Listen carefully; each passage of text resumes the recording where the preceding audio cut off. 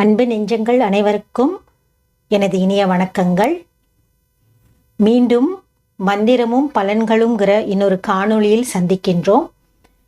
முன்பு நான் சொன்னது போல மற்ற மந்திரமும் பலன்களுங்கிற காணொளியோட லிங்கை டிஸ்கிரிப்ஷன் பாக்ஸில் போட்டிருக்கேன், தயவு செய்து போய் பாருங்க.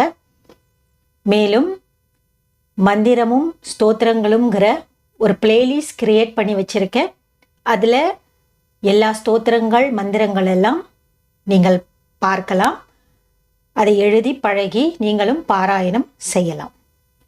சரி, இன்னைக்கு மந்திரமும் அதன் பலன்களும் என்கிற காணொளியில் நாம் பார்க்க போவது நோய் தீர்க்கும் மந்திரங்களை பற்றியதே ஆகும்.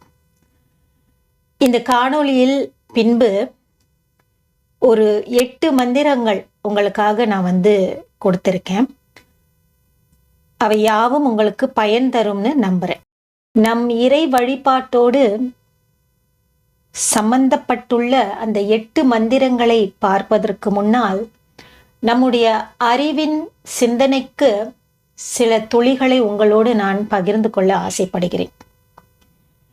நாம் சுவாசிக்கும் காற்று மற்றும் பஞ்சபூதங்களாகிய ஆகாயம், நிலம், நீர், அக்னி, காற்று இவை யாவும் மனிதனின் அதிவேகமான ஆராய்ச்சி என்கிற அறிவால் பாழ்படுத்தப்பட்டு கொண்டே இருப்பது என்பது ஒரு உண்மை.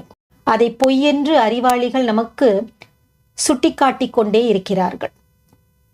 எனினும் ஞானிகளோ இந்த உண்மையை அறிந்தே செயல்படுகின்றனர். அதாவது பஞ்சபூத தத்துவம் கெட்டுவிட்டால் அனைத்தும் சீர்குலையும் என்ற உண்மையை ஞானிகள் மட்டுமே அறிந்திருக்கின்றனர். இப்படி பாழ்படுத்திய காற்று, நீர், நிலம், அந்த பாழ்படுத்தப்பட்ட நிலத்தில் விளைகின்ற உணவுகள், இப்படிப்பட்ட உணவை உண்பது, காற்றை சுவாசிப்பது, குடிநீரை குடிப்பது, இதன் வழியாகவே நமக்கு பல நோய்களும் இந்த கலியுகத்தில் உருவாகின்றன. அது மட்டுமல்லாமல் இதுதான் உணவு என்று இருந்த காலம் போய் இப்போ அனைத்துமே ருசிக்காகவும் உணவு வியாபாரத்திற்காகவும் விற்பனைக்கு வந்துள்ளது. நம்முடைய மக்களும் ஏதேனும் புதுமையான உணவுகளை சாப்பிட்டு ருசித்து பார்க்க வேண்டும் என்ற மாயையில் சிக்கி அதனை உண்கின்றனர். மேலும் ஒரு காலத்துல உணவே மருந்துன்னு இருந்தது. ஆனா இப்போது பலரும் எதற்காக இவ்வளவு மருந்தை சாப்பிடுறோம் என்று தெரியாமல் வண்ண வண்ண மாத்திரைகளை உண்டு மருந்தே உணவு என்ற வாழ்க்கைக்கு இப்பொழுது பலரும் தள்ளப்பட்டுள்ளனர். உண்மையாக சொல்லணும்னா நம்முடைய உணவு பழக்க வழக்கம் மற்றும் உடலில் உள்ள நீர்த்தன்மை, தேவையற்ற நீர்கள் வெளியேறாமல் இருப்பது, உடல் தசைகளுக்கு ஏற்ப உடல் அசைவுகளோ உடற்பயிற்சியோ இல்லாத நிலை, பல விஷயங்களை மனதில் வைத்துக்கொண்டு மன அழுத்தத்திற்கு நாமே நம்மை ஆளாக்கி கொள்வது, இவை அனைத்துமே நம்மை நோய்க்குள் தள்ளக்கூடிய காரணங்களாகும். நம்முடைய உடல்ல பஞ்சபூத தத்துவம் சீர்குலைந்தால் நாம் நோய்க்கு ஆளாவது திண்ணமே. மேலும் விதியை பற்றியும் கர்ம வினையை பற்றியும் உலகம் முழுவதும் பரவலான நம்பிக்கை மக்களிடையே வேறுபட்டு நிலவுகிறது. இதுல நோய்கள் தோன்றுவதே கர்ம வினையால் தான் என்ற கருத்தும் பலரிடையே உள்ளது. இந்த கர்ம வினையை பற்றி பேசணும்னா எத்தனை காணொளிகள் போட்டாலும் கர்மத்தின் அடிப்படை என்பது நம்முடைய செயல், நம்முடைய முடிவு, நாம் தேர்ந்தெடுப்பவைகளே என்ற இந்த பெரிய உண்மையை நாம் அறியாவிட்டால் எத்தனை பிறவிகள் எடுத்த போதும் என் கர்மமே என் நிலைக்கு காரணம் என்பது யாருக்கும் புரிய போவதில்லை. என நிறைய பேரு கர்மவினை கர்மவினை கர்மவினைன்னு பேசுறோமே தவிர அந்த கர்மவினை வெளியேந்து வருதில்லை. எல்லாமே நம் செயல், நம் முடிவு, நாம் தேர்ந்தெடுப்பவை. இதை பற்றி பேச வேண்டும் என்றால் அதற்கு உரிய ஞானம் அது மிக மிக பெரியது. அது நம்மிடையில் ஏற்றுக்கொள்ளும் பக்குவம் இருக்கிறதா என்பது எனக்கு தெரியவில்லை. அதனால் கர்மத்தால் நோய் விளையுமா என்ற கேள்வியை உங்களிடமே விட்டுவிட்டு ஒரு சிறிய குறிப்பை உங்களுக்கு சொல்கிறேன். நம்முடைய மகா பெரிய குருவான சித்தர் அகத்தீசர். அகத்தியர் கண்மகாண்டம் 300 என்ற ஒரு சிறப்பு வாய்ந்த நூல் உண்டு. இந்த நூலில் இந்த கேள்விகளுக்கான பதில் உங்களுக்கு கிடைக்கும். அந்த தேடலை நீங்களே செய்து பாருங்கள். நான் சொல்வது உங்களுக்கு புரியும். இது சித்தர் வழியே ஞான வழியே செல்வோர் தேடலாக அமையும். இப்போ சாதாரண மனிதராகிய நாம் மேற்சொன்ன உணவு பழக்கங்கள், உடல் பயிற்சி, மனதை சீராக வைத்திருத்தல் போன்றவற்றை தீவிரமாக கவனித்தால் நோய் வருவதை தடுக்கலாம் அல்லது தள்ளி போடலாம் என்பது என்னுடைய கருத்து. இரவு உணவு உண்பதில் மிக மிக கவனம் தேவை. காரணம், உண்டபின் மிக விரைவில் உறங்கும் பழக்கம், வேலை காரணமாக தாமத நேரங்களில் உணவு எடுப்பது, இப்படி நாம் உணவை இரவு நேரங்களில் உண்பதனால் உணவு ஜீரணம் ஆவதில் பல பிரச்சனைகள் வரும். அதனால் நம் உடல் ஜீரண உறுப்பு எதை ஏற்க வேண்டும், எதை தள்ள வேண்டும் என்ற குழப்பம் அடைகிறது. பல தேவையற்ற உணவு ரசாயனங்கள், பதப்படுத்தப்பட்ட உணவு வகையால் நம் உடலில் தங்கிவிடுவதே நம் உடலை பல நோய்களால் உருக்குகின்றது. முதல்ல நம்மளோட உடலை நாமே நம்ம பாதுகாத்துக்கணும். எல்லாத்தையும் சாப்பிடுவோம், எந்த நேரமும் சாப்பிட்டு தூங்கலாம், இப்படி இல்லாம இது நம்முடைய உடம்பு, இறைவன் நமக்கு இதை பலமா கொடுத்திருக்காரு, இதை கட்டி காக்க வேண்டியது நம் பொறுப்பு. காண்பதெல்லாம் ருசிக்கு உண்ட பின் எந்த மந்திரம் சொல்லியும் நோய் நீங்க போவதில்லை.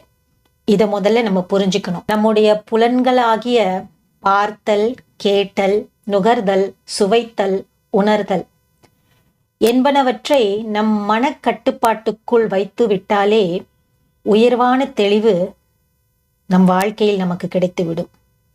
அதுவே நம்மை வழி நடத்தும். இப்படி ஒரு வழிகாட்டல் உங்களுக்கு வந்துவிட்டாலே உண்மையான ஆன்மீகமும் அதன் வழி நாம் கற்றுக்கொண்ட மந்திரங்களும் நமக்கு உதவும். இது என் வாழ்க்கையின் பயணத்தில் எனக்கு கிடைத்த உண்மையான அனுபவம். அதனால தான் உங்களோட பகிர்ந்துக்கிறேன். எதையுமே நம்ம மாத்திக்காம எந்த மந்திரத்தை சொல்லியும் நமக்கு எதுவும் ஆக போவது இல்லை. இது என்னுடைய தாழ்மையான கருத்து. சரி, இப்போ வாங்க அந்த 8 மந்திரங்களை நாம் பார்க்கலாம். காக்கும் தெய்வமான ஸ்ரீமன் நாராயண சுவாமியின் அவதாரமானவரே தன்வந்திரி. பார்க்கடலில் தோன்றிய தன்வந்திரி பகவானுக்கு உரிய காயத்ரி மந்திரத்தை உச்சரித்து பூஜை செய்ய நோய் தீரும் என்பது ஐதீகம். மனம் தூய்மையாகும். தேவர்களையும் மனிதர்களையும் காப்பதையே தன் கடமையாக கொண்ட தன்வந்திரி மகாவிஷ்ணுவின் அம்சமாவார். இவரது மந்திரம் தீராத நோய்களையும் தீர்க்கும் ஆற்றல் பெற்றது. தன்வந்திரி என்பவர் ஸ்ரீமன் நாராயண சுவாமியின் அவதாரம் என்பது நமக்கு எல்லோருக்கும் தெரியும். இவரே உலகின் முதல் மருத்துவர் ஆவார். இவரை சனிக்கிழமைகளில் வழிபடுவது மிக சிறப்பு. துளசி மற்றும் மூலிகை வகைகள் இவருக்கு உகந்தது. நெய்வேத்தியமானது புளியோதரை மற்றும் ஏலக்காய், பச்சை கற்பூரம், ஜாதிக்காய், ஜாதிபத்திரி கலந்த தீர்த்தங்களை சேர்த்து நெய்வேத்தியமாக படைக்கலாம். மேலும் இவருக்கு ஏலக்காய் மாலை சாற்றி நோய்கள் நீங்க வேண்டிக் கொண்டால் நோய் நீங்கும் என்பது நம்பிக்கையாகும். இப்பொழுது தன்வந்திரியோடைய மகா மந்திரத்தை பார்ப்போம். ஓம் நமோ பகவதே வாசுதேவாய தன்வந்திரே அமிர்த கலசஹஸ்தாய சர்வாமய விநாசாய திரிலோக்கியநாதாய ஸ்ரீ மகாவிஷ்ணவே நம.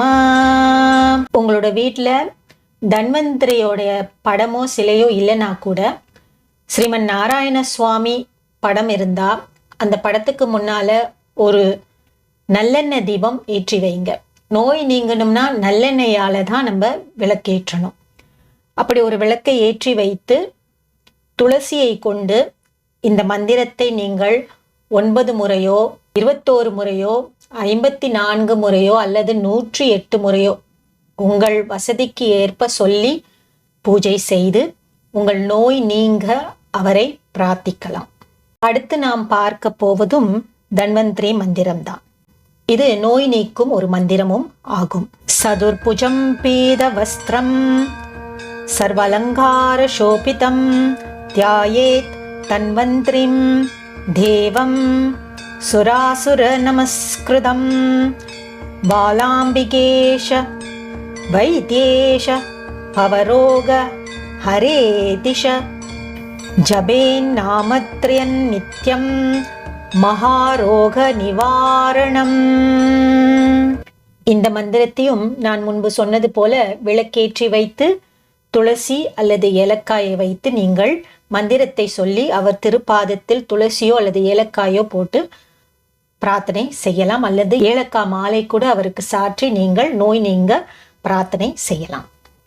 அடுத்து நாம் பார்க்க போவதும் நோய் தீர்க்கும் ஒரு மந்திரம்தான். இந்த மந்திரத்தை நீங்கள் மருந்து உட்கொள்ளும் பொழுது சொல்லி மருந்தை உட்கொள்ளலாம், அல்லது உட்கொண்ட பிறகு இந்த மந்திரத்தை நீங்கள் மனதிற்குள் ஜபிக்கலாம். இந்த மந்திரம் சற்று நீளமானது. இது நோய் தீர்க்கும் ஸ்தோத்திரத்திலிருந்து எடுக்கப்பட்ட மந்திரமாகும். இப்பொழுது அந்த மந்திரத்தை பார்ப்போம். ஓம் தன்வந்திரிம் கருத்மந்தம் பணிராஜம் ச கௌஸ்துபம் அச்யுதம் ச அமிர்தம் சந்திரம் ஸ்மரேத் ஔஷத கர்மணி அச்யுத அனந்த கோவிந்த நமோ சரணபேஷசாத் நஸ்யந்தி சகலரோகா சத்யம் சத்யம் வதாம்யஹம் அபா மார்ச்சது கோவிந்தோ நரோ நாராயணஸ்ததா சதாஸ்து சர்வதுக்கானாம் பிரஜமோ வஜனாத்ரே. இந்த மந்திரத்தின் அர்த்தமாவது தன்வந்திரி, கருடன், நாகராஜன், கௌஸ்துபன், அச்சுதம், அமிர்தம் ஆகியவற்றை நினைத்தால் நற்பலன் கிட்டும். அச்சுதன், அனந்தன், கோவிந்தன், மாதவன், கேசவன் இவர்கள் பெயரை சொன்னாலே நோய்கள் பறந்து போகும் என்பதே இந்த மந்திரத்தின் அர்த்தமாகும். இந்த மந்திரம் சற்று நீண்ட மந்திரம். இதை முடிந்தால் நீங்கள் 3 முறை சொல்லி பாராயணம் பண்ணலாம். இறைவனை வணங்கும் போதும் இதை நீங்கள் சொல்லலாம், அல்லது மருந்து எடுத்துக்கொள்ளும் முன்னோ அல்லது பின்னோ இதை சொல்லி மருந்து உண்ணாத வண்ணம் என் நோயை குணப்படுத்திவிடு என்று இறைவனை வேண்டி இந்த மந்திரத்தை நீங்கள் பயன்படுத்தி கொள்ளலாம். அடுத்து நாம் பார்க்க போவது வியாதி நிவாரண மந்திரம். இது நாராயண சுவாமியை நோக்கி சொல்ல வேண்டிய மந்திரமாகும். இதுவும் சற்று நீண்ட மந்திரம். அதை இப்பொழுது பார்க்கலாம். ஓம் பாலாம்பிகேஷ வைத்யேஷ பவரோக ஹரேதிஷ ஸ்மரேன் நாமத்ரியம் நித்யம் சர்வரோக நிவாரணம் அகால மிருத்யும் ஹரணம் சர்வவியாதி நிவாரணம் சமஸ்த பாப இக்ஷயகரம் நாராயண பாதோதகம் சுபம். மேற்சொன்ன இந்த மந்திரம் வியாதிகளை போக்க பலம் பெற்ற ஒரு மந்திரமாகும். இதையும் நீங்கள் நாராயண சுவாமிக்கு விளக்கேற்றி துளசி வைத்து பாராயணம் செய்து உங்கள் நோயை தீர்க்குமாறு வேண்டிக் கொள்ளலாம். இதுவரை நாராயணன் சுவாமியுடைய மந்திரங்கள், அவருடைய அம்சமான தன்வந்திரி மந்திரங்களை பார்த்தோம். அடுத்து நாம் பார்க்க போவது அன்னை இந்திராட்சியின் மந்திரம். அம்பிகையை வணங்குபவர்கள் இந்த மந்திரத்தை பயன்படுத்தி நோய் நொடிகள் நீங்கும் வண்ணம் அவளை வேண்டிக் கொள்ளலாம். இது இந்திராட்சி காயத்ரி மந்திரமாகும். இப்பொழுது அந்த மந்திரத்தை பார்க்கலாம். ஓம் பஸ்மாயுதாய வித்மஹே ரக்த நேத்ராய தீமஹே தன்னோ ஜ்வரஹர பிரச்சோதயாத். இந்த மந்திரத்தை நாம் உச்சரிக்க நோய் நொடிகள் நம்மை அண்டாது, கடுமையான ஜுரம் விலகும், சளி தொல்லை அகலும். இந்த இந்திராட்சி அன்னையின் மற்றொரு மந்திரமானது ஓம் ஐம் ஹ்ரீம் ஸ்ரீம் ஈம் ஸ்ரீ இந்திராட்சி தேவியை சீக்கிரம் மம சர்வ வியாதி நிவாரய நிவாரய ஹூம் பட். இந்த மந்திரத்தை நீங்கள் அம்பிகைக்கு சிகப்பு நிற புஷ்பங்களை வைத்து பூஜித்து இந்த மந்திரத்தை சொல்லி நோய் விலகும்படி வேண்டலாம். நோய் நீங்க வேண்டும் என்று நினைத்தால் நல்லெண்ணெயில் நீங்கள் விளக்கு போடுவது நல்லது. இதுவரையில் நாராயணன் மற்றும் அம்பிகையின் நோய் தீர்க்கும் மந்திரங்களை பார்த்தோம். அடுத்து நோய் தீர்க்கும் சிவ மந்திரங்களை பார்ப்போம். இந்த மந்திரமும் சற்று நீளமானது. இதையும் நீங்கள் தீபம் ஏற்றி வைத்து, நல்லெண்ணெய் தீபம் ஏற்றி வைத்து, சிவபெருமானை மனதில் எண்ணிக்கொண்டு வில்வம் வைத்து இந்த மந்திரத்தை சொல்லி உங்கள் நோயை நீக்கும் வண்ணம் வேண்டிக் கொள்ளலாம். சிவனுக்குரிய திங்கட்கிழமைகள் மற்றும் மாத பிரதோஷ நாட்களில் நீங்கள் இதை செய்வது மிக மிக நல்லது. இப்பொழுது அந்த மந்திரத்தை பார்ப்போம். ஓம் நந்தியோ நந்தி பிரியோ நாதோ நாதமத்ய பிரதிஷ்டித நிஷ்கலோ நிர்மலோ நித்யோ நித்யா நித்யோ நிராமய அங்காரக மகாரோக நிவாரா விஷக்பதே சரீரே வியாதி வர்க்காம் ஸ்தவம் அசவனுத்ய பிரபாலய ஸ்ரீ வைத்தியநாதம் கணநாதநாதம் பாலாம்பிகைநாதம் அலம் குஜார்த்த சதா பிரபத்யே சரணம் பிரபத்யோ முதே பிரபத்யே சிவலிங்க ரூபம். இந்த மந்திரத்தின் விளக்கமாவது, அங்காரகனின் நோய் மட்டுமன்றி மகாரோகங்களை தீர்க்கும் வல்லமை பெற்ற தலைவனே, என் உடலில் உள்ள எல்லா நோய்களையும் போக்கி என்னை காப்பாற்று. ஸ்ரீ வைத்தியநாதா, பரமேஸ்வரா, பார்வதியின் நாதா, உன்னை பூஜிக்கிறேன், எனது நோய்களை போக்குவாய் என்று சிவலிங்க ரூபமான சிவனிடத்தில் வேண்டிக் கொள்ள வேண்டிய மந்திரமாகும். வீட்டில் சிவலிங்கம் பல பேரும் வைத்திருக்க மாட்டீர்கள். அதனால இந்த மந்திரத்தை எழுதி கொண்டு ஆலயங்களில் உள்ள சிவலிங்கத்திற்கு ஒரு வில்வ இலையை வைத்து 3 முறை சொல்லி பழகலாம். இந்த மந்திரமாவது எல்லா நோய்களையும் போக்க வல்லதாகும். இதற்கெல்லாம் மேன்மையான ஒரு மந்திரம் சிவமந்திரம், நாம் எல்லோரும் அறிந்த ஒரு மந்திரம், மரணம் மாற்றும் மிருத்யுஞ்சை மந்திரம். இது ஈஸ்வரனின் மூல மந்திரமாக கருதப்படுவது. இந்த மந்திரம் மரணத்தை மட்டுமல்ல, உங்களுக்கு நோய்வாய்ப்பட்டிருக்கும் காலங்களில் இந்த மந்திரத்தை சொல்லி சிவனுக்கு வில்வ இலையால் அர்ச்சனை செய்தால் கண்டிப்பாக அந்த நோயோ உபாதைகளோ நீங்கக்கூடிய சாத்தியம் உண்டு. இந்த மந்திரமானது மார்க்கண்டேயன் உச்சரித்து யமனை வென்ற மந்திரம் என்பது நாம் எல்லோரும் அறிந்ததே. அறுவை சிகிச்சை, உடல் நலம் குன்றிப்போய் கவலைக்கிடமாக இருக்கும் நிலையில், விபத்து நடந்து உயிருக்கு ஆபத்தான கட்டத்தில் போராடும் போது சிவனை மனமுருகி வழிபட்டு இந்த மந்திரத்தை உச்சரித்து வந்தால் அபாய கட்டம் நீங்கி நலம் கிடைக்கும் என்பது உண்மையான நம்பிக்கை. உயிருக்கு ஆபத்து நேராது, மேலும் அந்த நோயிலிருந்து நமக்கு விடுதலை கிடைக்கும். இந்த மிருத்யுஞ்சை மந்திரத்தை வில்வ இலைகளாலோ அல்லது தும்பை பூவாலோ அர்ச்சனை செய்து சிவனிடம் நோய் தீர்க்கும்படி வேண்டி வரம் பெறலாம். இப்பொழுது அந்த மிருத்யுஞ்சை மந்திரத்தை பார்ப்போம்.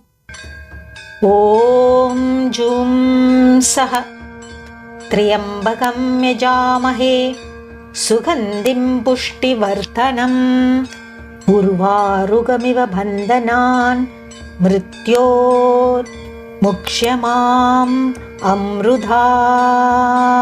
இப்பொழுது மேற்கண்ட இந்த மந்திரங்கள் சிவனாருக்கு நாம் சொல்லி வணங்கக்கூடிய நோய் தீர்க்கும் மந்திரங்களாகும். இதைவிட மிக மிக சுலபமாக ஓம் நம சிவாய என்ற இந்த பஞ்சபூத தத்துவ மந்திரத்தை கூட நீங்கள் தியானித்து வில்வ இலை அவருக்கு சமர்ப்பித்து சொல்லி வந்தாலே உடலில் எந்த நோயும் அண்டாது. அப்படியே உங்கள் கர்ம வினையினால் அந்த நோய் உங்களை தாக்குமாயின் அந்த நோயிலிருந்து நாம் விரைவில் குணமடையும் வழியை சிவபெருமானே நமக்கு காட்டுவார். இந்த நமசிவாய என்ற பஞ்சபூத தத்துவம் அடங்கிய இந்த மந்திரம் மிக மிக மிக சக்தி வாய்ந்தது என்பது எல்லா சிவபக்தர்களுக்கும் தெரிந்தது. ஆகவே எந்த மந்திரம் உங்கள் நாவில் நுழையாவிட்டாலும் இந்த சிவமந்திரமான ஓம் நம சிவாய இது எவருடைய வாயிலும் நுழைய கஷ்டம் என்று யாரும் சொல்ல முடியாது. ஆகவே இந்த ஓம் நம சிவாய என்ற மந்திரத்தை பயன்படுத்தியும் நீங்கள் உங்களுடைய உடலில் இருக்கும் பஞ்சபூத தத்துவ சீர்குலைவை சரி செய்யலாம். சரி, இதுவரைக்கும் நோய் தீர்க்கும் மந்திரங்களையும் உங்கள் சிந்தனைக்கான சில துளிகளையும் உங்களிடம் சமர்ப்பித்து இந்த காணொளியை நான் முடித்துக் கொள்கின்றேன். மீண்டும் இன்னொரு காணொளியில் மற்ற மந்திரங்கள், தெய்வங்களின் மந்திரங்களும் அதன் பலன்களோடும் உங்களை மீண்டும் சந்திக்கின்றேன். ஆரோக்கியமாக உண்ணுங்கள், மனதை சந்தோஷமாக வைத்திருங்கள் என்று சொல்லி நோயின்றி எல்லோரும் வாழ வேண்டும் என்று இறைவனை பிரார்த்தித்து விடைபெறுகிறேன். வணக்கம்.